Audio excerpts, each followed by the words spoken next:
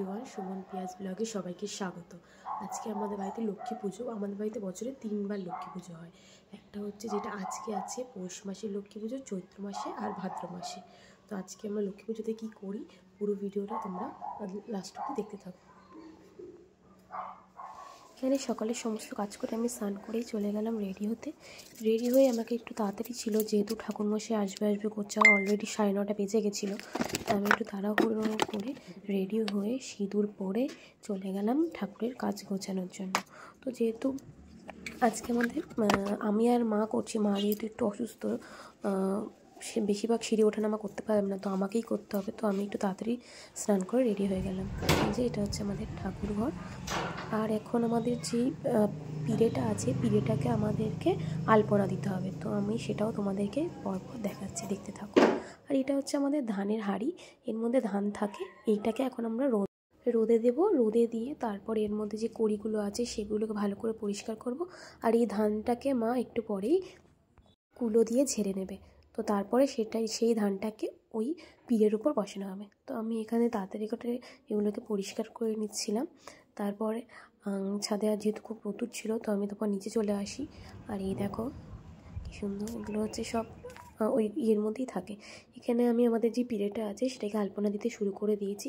আমি সেজো কাকির ঘরেও পিঁড়ে আলপনা দিয়ে এসেছি, তারপরে এসে আমাদের ঘরে আলপনা দিয়েছি। কেমন হয়েছে তোমরা জানিও। আর বাড়িতে বেশিরভাগ জায়গাতে আলপনা দিতে হয়, আমাদের উঠোনে আলপনা দিতে হয়। তো সেখানে দেওয়ার ভিডিওগুলো আমার করা হয়নি।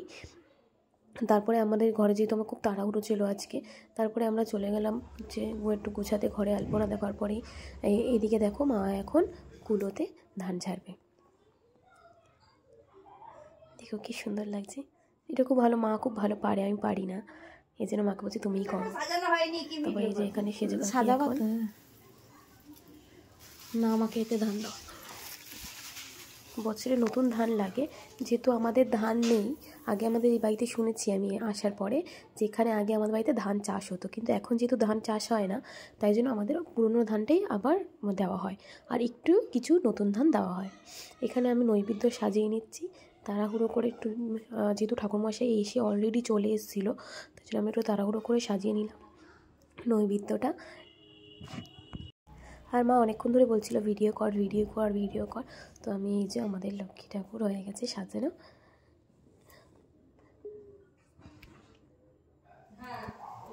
আমরা এখন রেডি হয়ে গেছি, সবাই রেডি, কিন্তু ঠাকুরমশাই আসেনি। ঠাকুরমশাই আসুন তারপর সিঁড়িতে ওঠানামা করতে করতে আমি হাঁপিয়ে গেছি।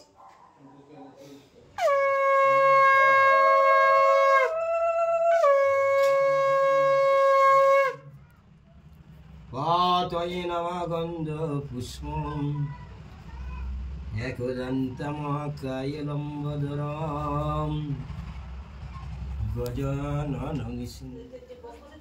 এখানে পুজো দেওয়ার পরেই মা হচ্ছে জপানি করছে। এবার আমি একটু যাই সেজো কাকি দেখি কেমন সাজিয়েছে ঘরটা। এই যে সেজো কাকির লক্ষ্মী ঠাকুর, সুন্দর লাগছে। আজকের ভিডিওটা এই অবধি শেষ করলাম। তোমরা ভিডিওটা ভালো লাগলে লাইক, কমেন্ট অ্যান্ড শেয়ার করে দাও। এখন আমি রান্না করতে যাচ্ছি। টাটা।